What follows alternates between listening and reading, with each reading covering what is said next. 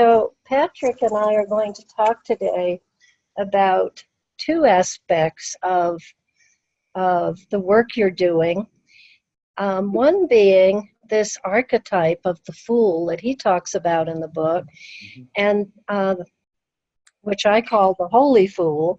And many of you know that in April every year I do a Holy Fool's Day celebration to celebrate people who step beyond the expected and really follow that soul calling to make a difference in the world. And underlying that capacity to be a holy fool is this whole exploration of our original medicine, our gifts and talents. So we're going to move into both of those a little bit. But Patrick, I wonder what else you would like to say about this amazing journey you went on in that leap into the unknown, and what really pushed you into that.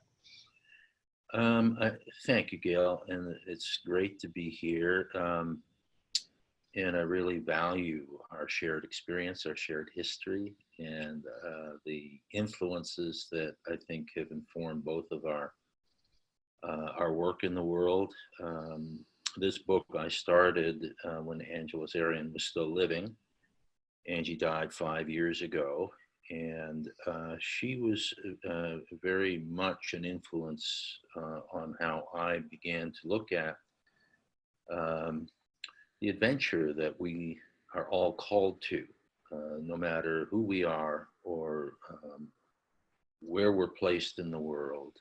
We're here for a purpose. We've been shaped for a purpose. No two of us have ever been shaped the same way, and we correspond to a particular path that we've been called to walk, that only we can walk.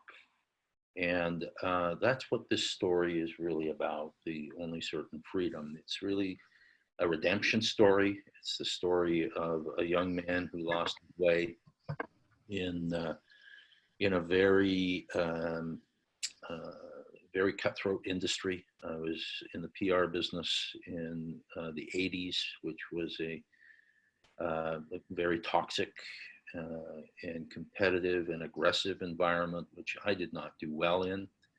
Although I succeeded, I was successful in doing what I did, it turned me into someone that I did not recognize, and it turned me away from the values and principles that I felt were the real compass points for my life.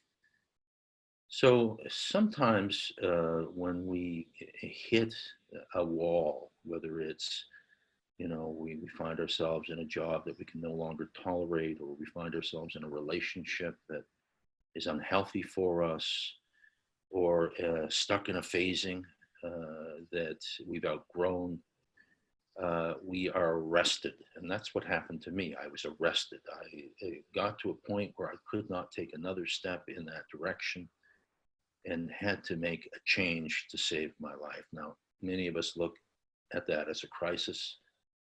I look at that as a great gift, because it was a chance for me to course correct my life and find a path for myself that had heart and meaning, and one that was also supportive of my obligations to my family, but mostly to myself. Yeah, so what I really got in reading this, and you only got to the end of it at your book, which has so much, so many exciting myths I was not aware of that you really used to define your path. But you got to the end about this fool archetype. And I look at the holy fool, as Campbell described the fool, as the most dangerous person on earth, because he or she is not going to be controlled by convention. And it felt like that fool became really a powerful symbol for you as you made changes that you didn't really understand what was on the other side of it. Anytime you answer the call to adventure, which is part of the model that Joseph Campbell set out, the call to adventure, where you're you're really the actor in your own life. You step out of your comfort zone. You step out of a conventional view of what's possible for you, into an archetypal world. And this is a world that Angelus Arian was very articulate about. It's that larger life, that larger sense of yourself that you're called to. I love what Jean Houston said about that larger world. She said, many of us live only on the surface in a very diminished or reduced notion of who and what we are, where we're going, what we can become. Myth is the remedy to this. Myth patterns the possibility of a larger story. It provides us with a domain of experience that our little local lives have not provided. And I love that line, our little local lives. Myth gives us roots towards this larger life. Because we're storied, because we're mythic, we can re-enchant the world. And to me, that's really the mission of the Fool, is to re-enchant the world, because you've been willing to step into this larger identity, this larger sense of who you are and what's possible to you. And when we throw away our comfort zone, when we throw away our convention, it doesn't mean we're throwing away common sense. It just means that we're stepping out of restrictive patterns of behavior that we've either invented for ourselves as a survival mechanism, or we've inherited from a dominant culture that tells us what success actually means and what it actually looks like. I think many of us go through our lives sort of, and Angelus used to call it, walking the procession of the living dead. and who wants to live a life like that? Now, this story in my life happened in my 30s, but we're consistently visited by the great hauntings in our lives. We look at them as terrible events. I always look at them as a call to adventure, as a call to stepping out of certainty into possibility. And doing that, we really call forward all of our powers to act as a generative pathway forward. Thank you. I mean, I just love the way you speak of it, and it takes me back to all the time we spent together exploring that. The way I translate some of that to transformational speaking is comfort zone. Yeah, it's safe, it's predictable, but then there's this home zone where we're fully embodied and connected to source with our feet firmly on the ground, where life and our words can flow through us without editing and rehearsing ourselves into oblivion to try to be someone else. So, in that home zone, we can be more of that holy fool and accept the call to adventure, because as you learned, as I've learned multiple times in my life, once that calling is so strong, there's no way to say no. We may say no, but it calls us back again and again. It's actually what kills us. The no is what kills the spirit and has us settle for less in our lives. And it could be settling for less in a relationship, or settling for less in a vocation, or settling for less in an avocation, or in our community engagement. But we always know that we sold ourselves short. We always know that we didn't fund the courage needed to meet the world with a yes instead of a no, or instead of a I'll get back to you later. Yeah, and what it brings up for me, and I think the power of the circles you hold and the power of working in other circles, is having a community that understands this is such a potent part of kindling our courage to make the moves that life is asking. Yeah, but it's not just a summoning. There's a lot of work that goes into building that strong-heartedness, courage. It comes from the French word core, which means heart. There's a lot of work that goes into preparing ourselves to take the step across the threshold, that bold first step into something new and different. It doesn't just come from willpower, it comes from careful preparation Yeah. and careful attendance and stewardship to all of the aspects of ourselves that we will need to summon in order to create the pathway forward. So Mhm. your idea of the holy fool, I think, is really powerful. I think it's really important because how I hold that idea is it's the innocent, uh, curious, um, willfully naive part of ourselves that we need to nourish and protect against a world that would turn us into cynics. You know, Mhm. there's a big club out there. It's called the Club of the Resigned and Cynical, and you know, people infect each other with it. We see it, you know, showing up in media all the time. It targeted at younger and younger age groups, where the cool way to behave in the world is to be resigned and cynical about it. We don't see the effect it has on spiritual development. We don't see how it closes, you know, the heart. It closes the open heart. We become very closed-hearted. It closes the strong heart. We become very weak-hearted. It has an impact on our ability to dream. And that's what the holy fool is the archetype for, is the dream, is the capacity to dream a dream in a world that may have gone dreamless for some time. Yeah. Yeah. Yeah. So And there's a rigor and a discipline to being a fool because it requires that we're deeply connected to the inner world as we move through the outer world.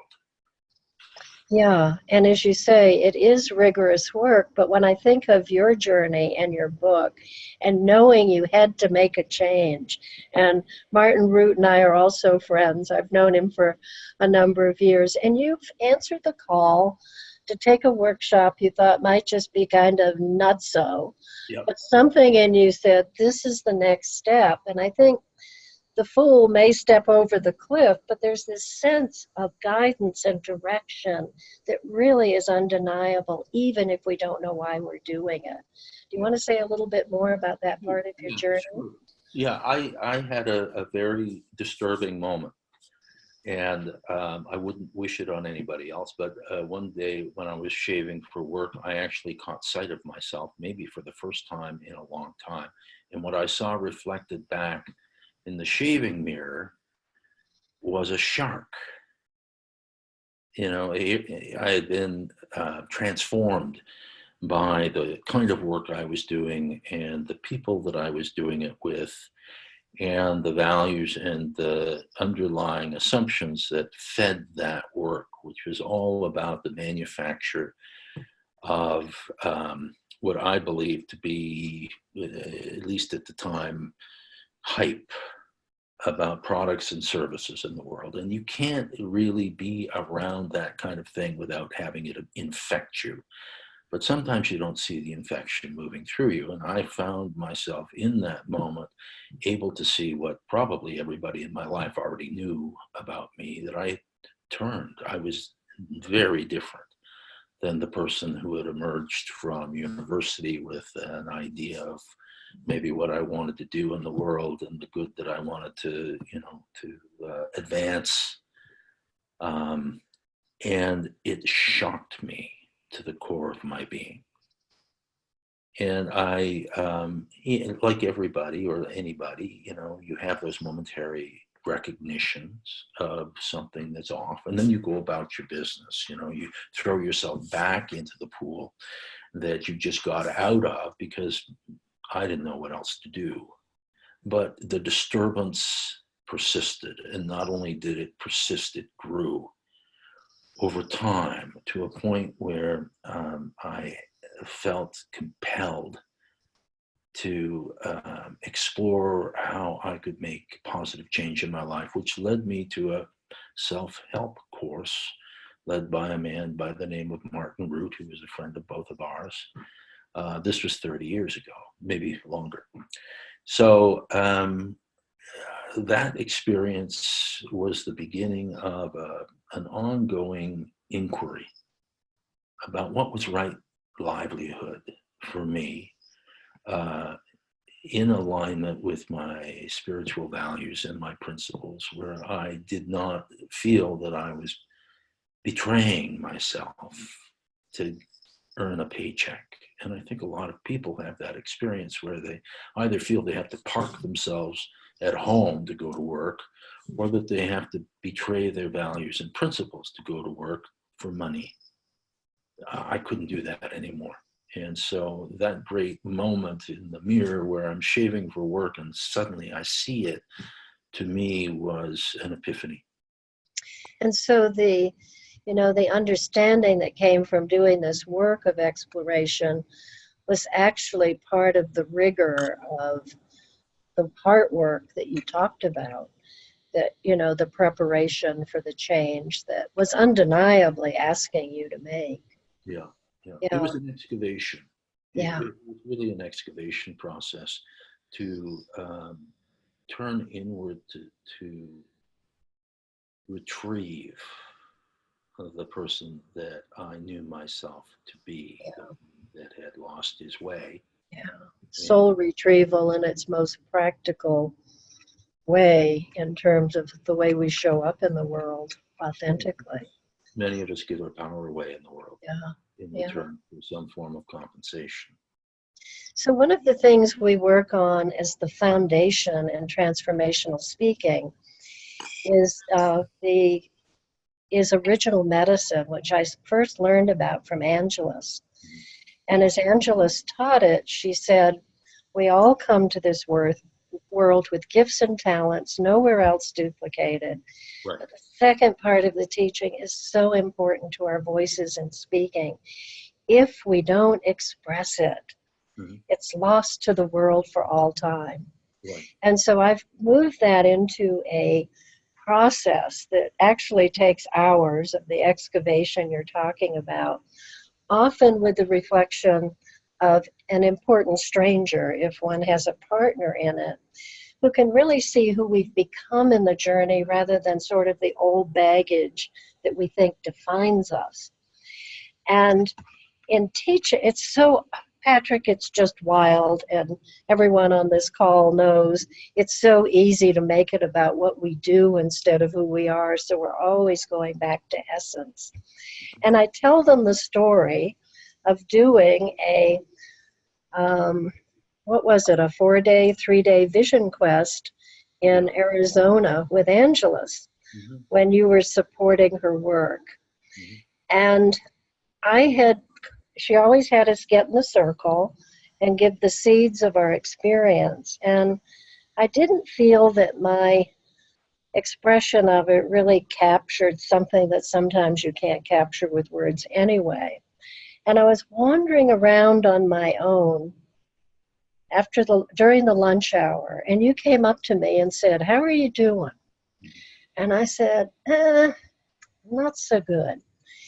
Now, you probably don't remember this moment, but you said, you absolutely remember. And so you said to me, "Don't you know how magnificent you are?" And I said, "Well, I know I sometimes step into it." And then it was like this. Oh no, I step out of it. It's there. It's not like we're reaching for it. Right. We step away from our medicine. And I'd love to have this call. You'd mentioned something for all of you as we're co-creating this as we go because of our schedules. We didn't have time to talk about it in advance. But one of the things you said in an email was the battleground for our empowerment. We know our medicine. We step out of it.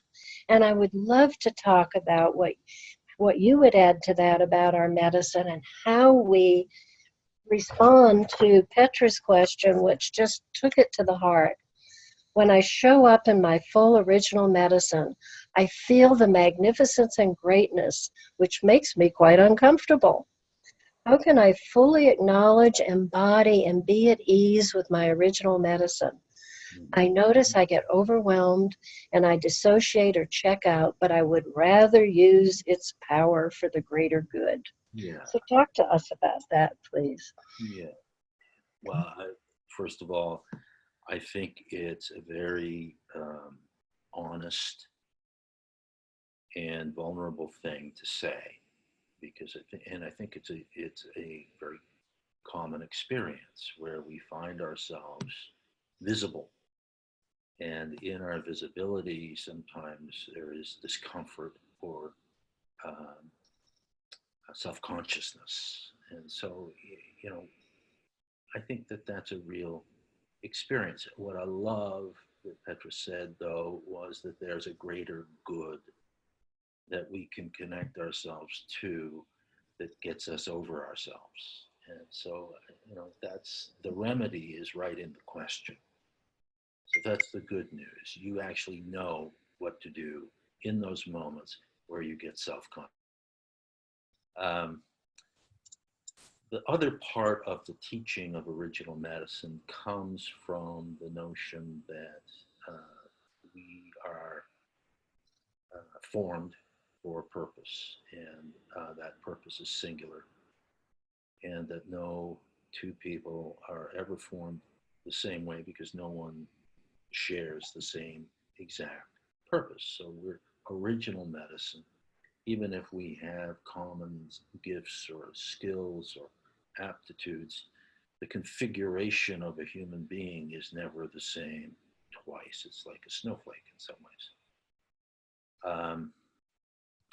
And when we are embodied, we're given a body for a reason. We're given a body to take action in the middle world. So we come from the mystery into the middle world with a mission, and the mission is powered by our resources, our inner resources. Those are our gifts, our talents, our aptitudes, our resourcefulness, our skills, our knowledge, our experience. We're always overmatched for any challenge that comes to our gate. We Oh, I all love that language, overmatched. we are always overmatched for any challenge, no matter how daunting. We always have more resources than we actually need. I do an advanced workshop on self-worth from time to time. And I'm sure you've done something like this, Gail, in your work, where you ask people to identify at least 10 gifts that they have, and at least 10 character qualities, and at least 10 places where they carry expertise, and at least 10 places where they're creating relationship in a good way. And sometimes people struggle with that, but eventually you can kind of piece something together. And then I break the bad news to them. You've got 40 attributes there, but every human being has at least 500 attributes. You cannot command what you do not recognize. So if you do not recognize your giftedness, if you have not done the work of authenticity, authenticity literally means self-work. If you have not done the, the deep familiarization of your giftedness, you cannot command your gifts. And that's sometimes where we find ourselves bewildered about what to do. However, if we knew what we had in our resource base that was available to us, we could apply it and would apply it. And then we're on a very different pathway than the concern about being visible, the concern about showing up, the concern about attention. We're now into a generative pathway. A generative pathway, which is really designed to be faithful to the mission that we've been embodied for. Be faithful to the mission you're embodied for. And if you don't know what that mission is, there's work to do, authenticity work. It practically brings me to tears because I wrote to you after reading your book on a flight back from San Miguel. And I've been visiting Mexico for 3 or 4 years now. And there's a call there that I feel, it's really my happy place. And every time I'm there, it's like, oh, I want to do this. And I actually made plans to go back for 2 months, and I'm offering an immersion there in June. And I get home, and it's like, okay, this is where I am now. And I wrote to you and said, okay, there's 2 things in the book. Do I have to read it again that get in the way of that inspiration and commitment we think we're making to ourselves? And then it just sort of fades in the busyness of daily life. You want to remind us of those 2 things? If I could remember them, I would. Oh, okay, so you knew in the heartbeat. One of them was familiarity. Okay. The familiarity of, okay, here's this desk, here's everything I've got to do. What was I thinking? Right. And the other one is mission drift. Mission drift. Okay. You want to say a bit about that, about Well, mission yeah, sometimes our intentions collide with our circumstances.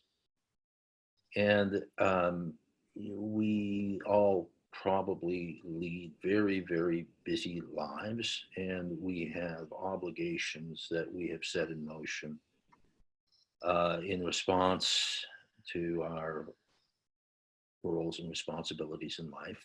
And we come back into that world, even though we're changed, nothing else has. And so we can find ourselves overwhelmed by the past obligations that we have to moving our tasks forward and moving our relationships forward in a good way. And we find ourselves beginning to drift away from the inspiration or the vision or the mission that we claim for ourselves. I call that mission drift. So Mm-hmm. it's important that when we re-enter the container of the ordinary world, where there's a crushing set of tasks and obligations, that we remind ourselves who we are, and we remind ourselves what we're here to do, and that we use portions of the day to refresh ourselves in those touch points, whatever they might be.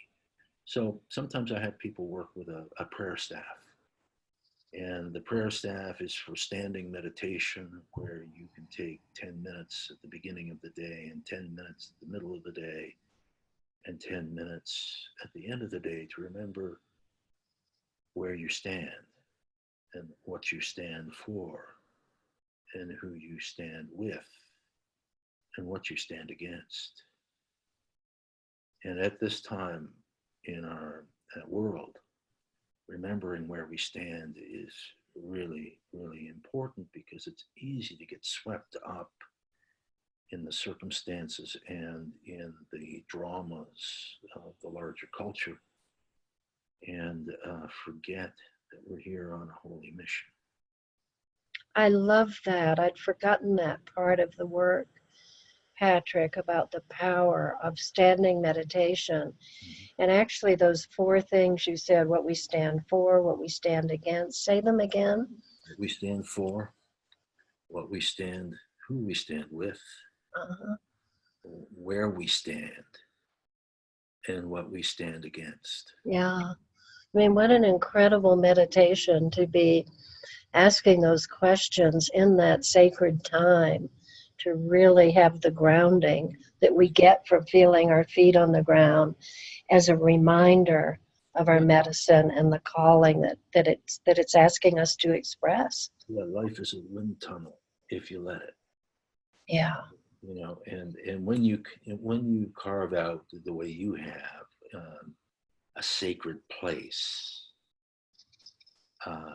it's easy to come back into the world and find ourselves with the bends. We re-enter so fast that we don't have time really to make the inner or outer adjustments that we need to manage the compression that happens from container container. And so we find ourselves like a bridge that begins to buckle because we haven't bridged properly from one container to the other. So, you know, inner work, spiritual work is a workout. It's not something that we can expect to hold if we're not doing the structural reinforcements in the inner world that are so important to being able to hold our commitments. So Mm, by that, what I'm talking about is the practices of self-worth, you know, self-love, self-trust, self-respect, self-love, self-trust, self-respect, that we have an inner ecology that is healthy and mm, produces wellness, and that we're stewarding our gifts and our talents and our character qualities, especially our character qualities at this time when character is perhaps not as robust as it needs to be. And if you're going to work with power, whether it's your own personal power or whether it's consensual power, meaning role power, doing the character development work is critically important because we have to be able to balance our giftedness and our authority with the inner strength that come from values and principles. So this is how we stay upright in the world. This is how mm. we stay upright in order to take that bold step into the unfamiliar, which is the journey of the fool. That bold step out of our comfort zone into the next expression of personal excellence, which is always the journey of the holy fool. Yeah. And be able to manifest uh, from a place of optimism and of creativity over fear. And this is Yeah. battleground. Yeah.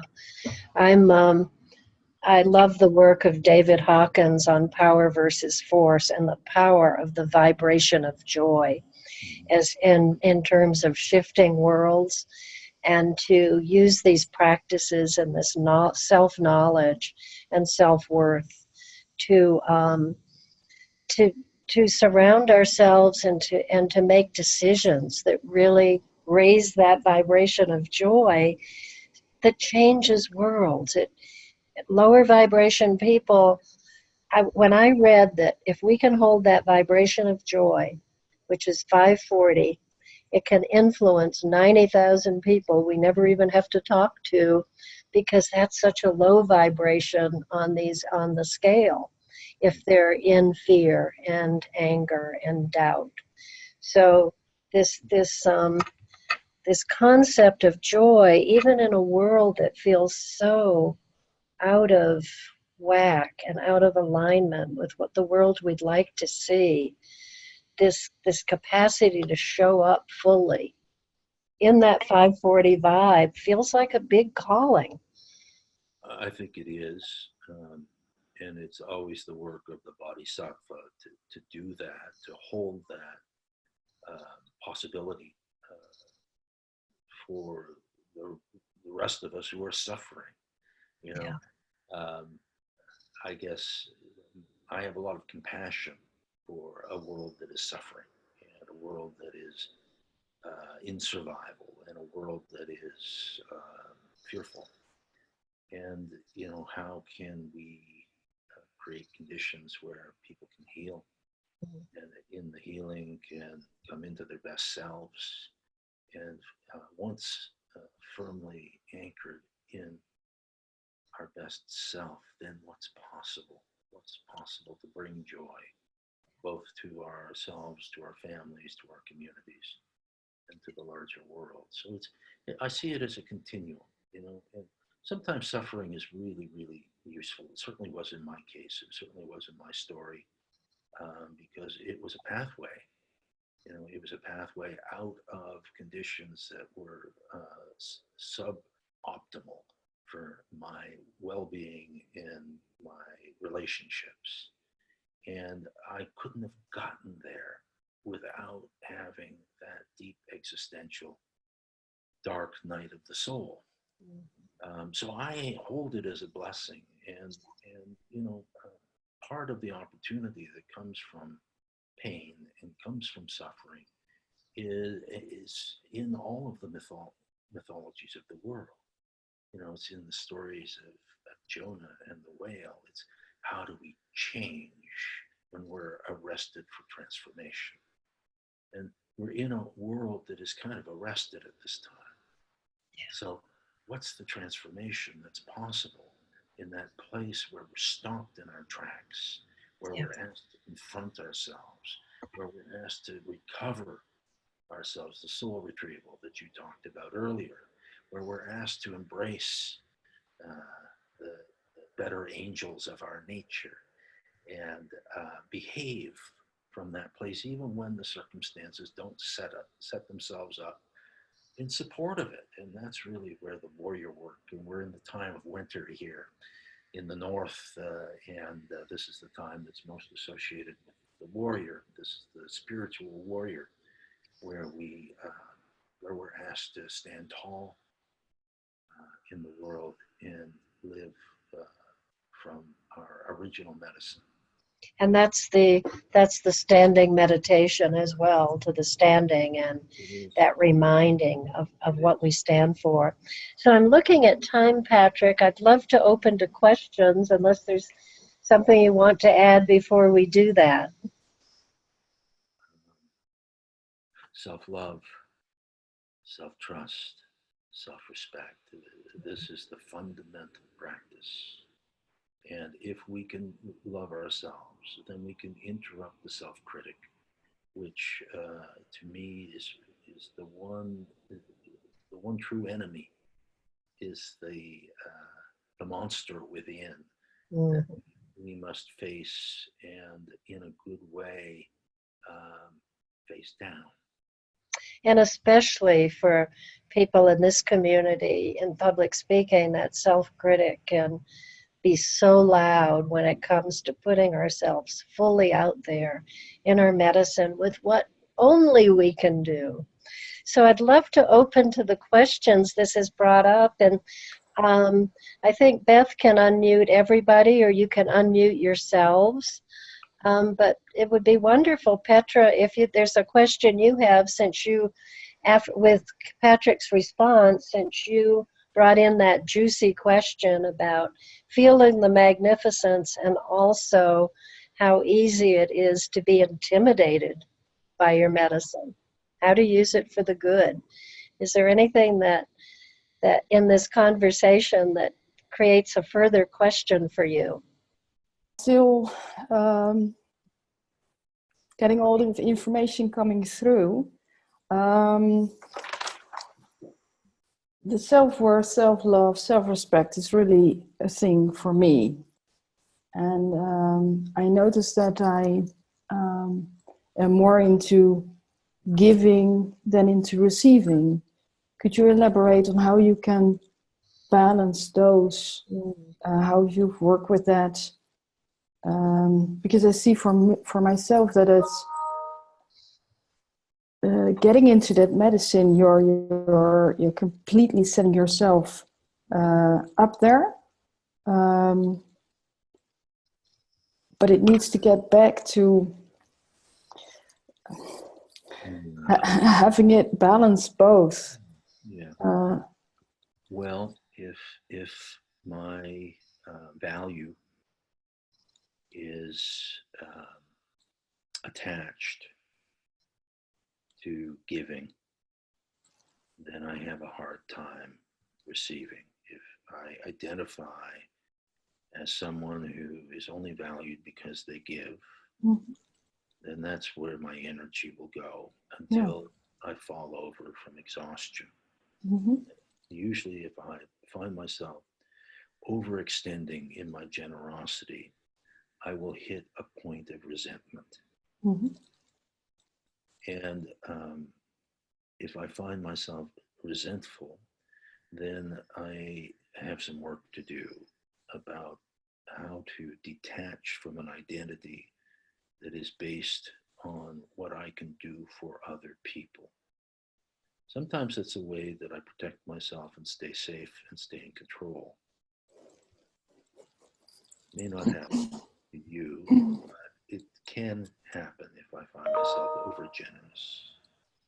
Yeah. So it's really self-worth work. How do I value myself that is not dependent on what I'm giving to other people? Yeah. Yeah. So it's an inside-out job. Absolutely. Yeah. Okay. Yeah, and do I let other people do for me? Mm-hmm. So to keep it balanced. To keep it equitable. Where things are not equitable, we begin to engage in power struggles. Yeah. I've been there. We all have. Mm-hmm. Okay. So I hope that helps. Yes, absolutely. Really important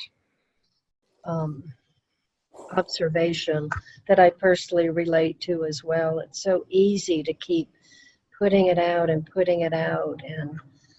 not let it come in and embody our own medicine fully for Yeah. ourselves.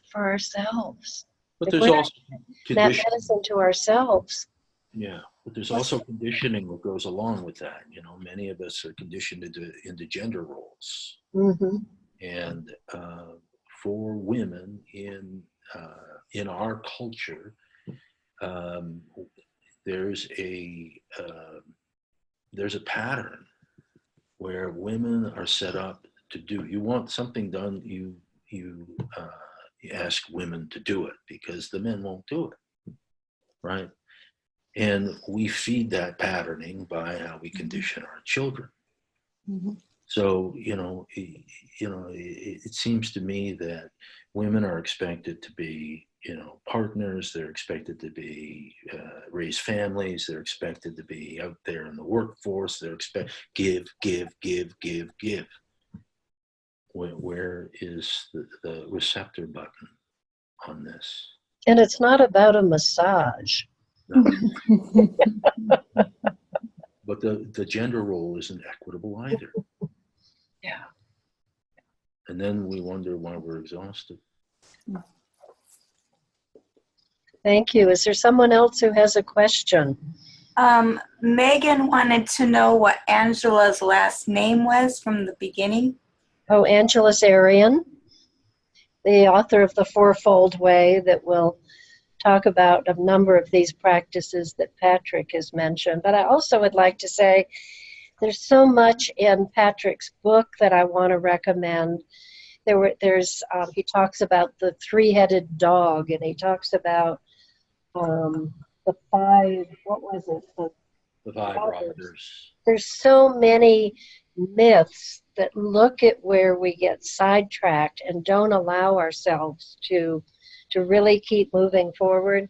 So we can't talk about it all today, but the book is so valuable in looking at where we get trapped. Yeah, thanks.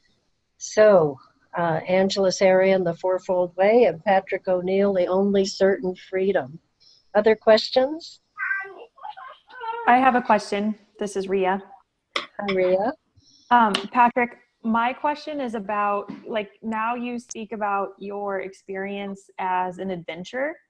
And so if you were to go back to who you were when that computer crashed, would you say this is an adventure or something else?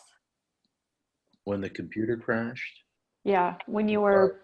So you're referencing we were at a stage where I'd left my employer and started a business that had no customers.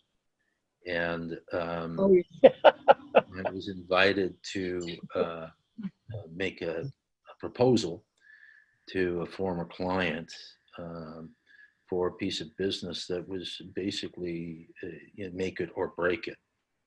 And it took us, I was working with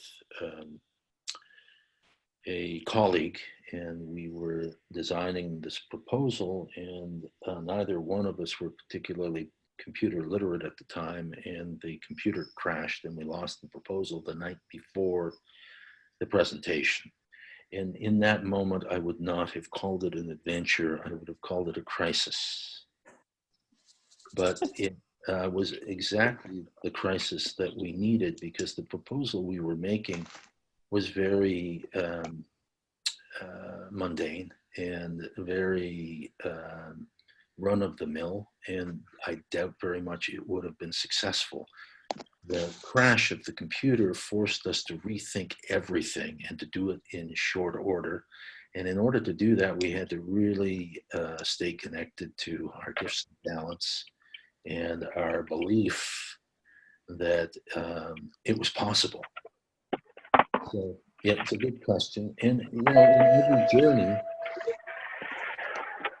every journey, there'll be challenges and crises. That's part of the cycle, you know, the call to adventure. And then you have challenges and ordeals. You have transformation, and you have a return with a gift.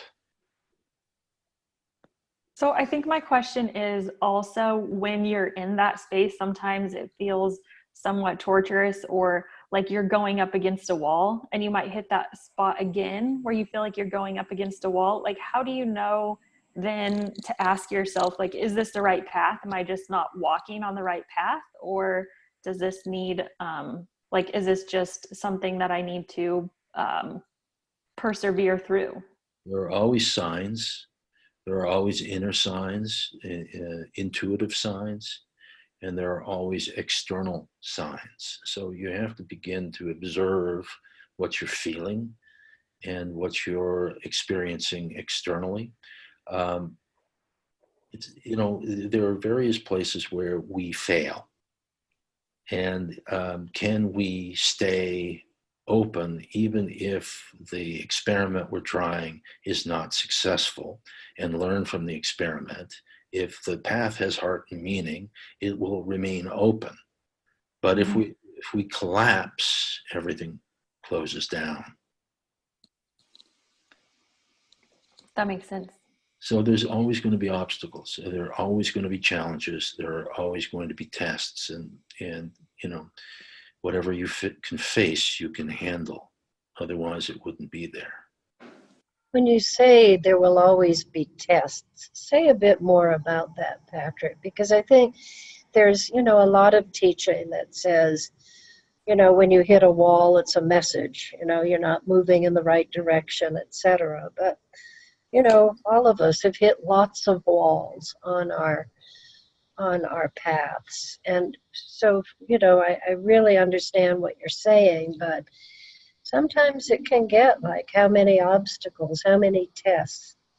I think Angela's used to say, the bigger the mission, you know, the bigger we need to be standing. That there will be more obstacles.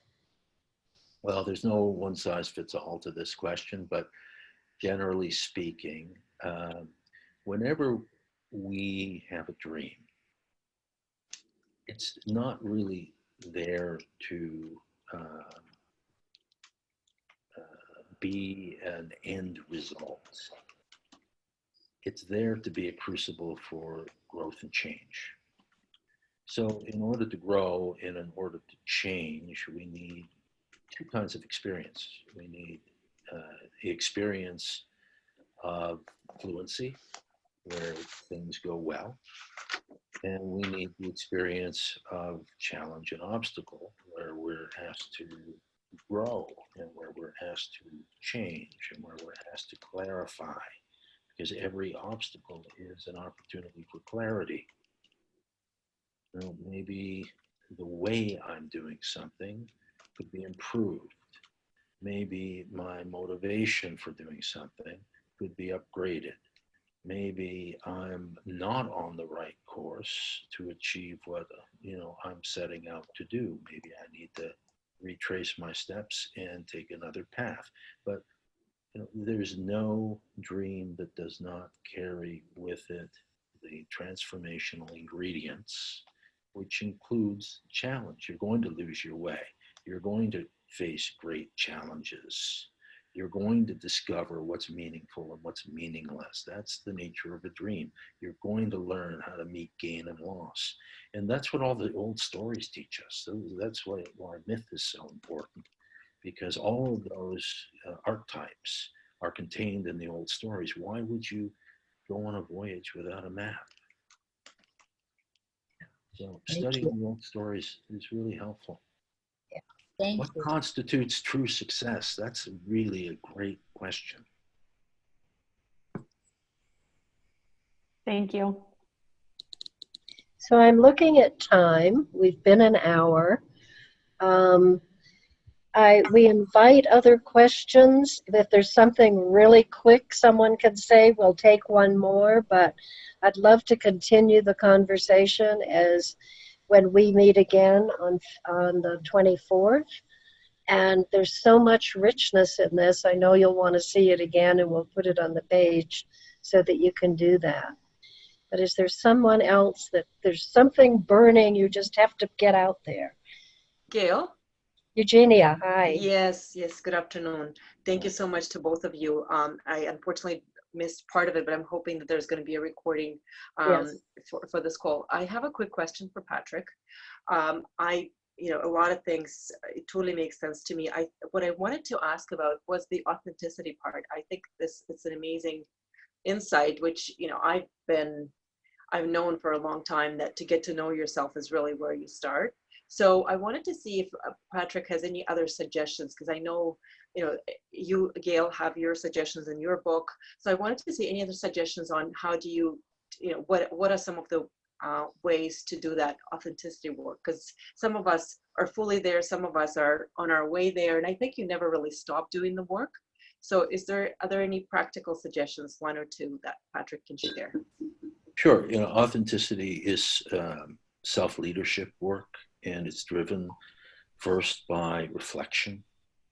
And I think having a good grasp of what you believe, what you love, what you want, what you're willing to do, helps you connect to the authentic self.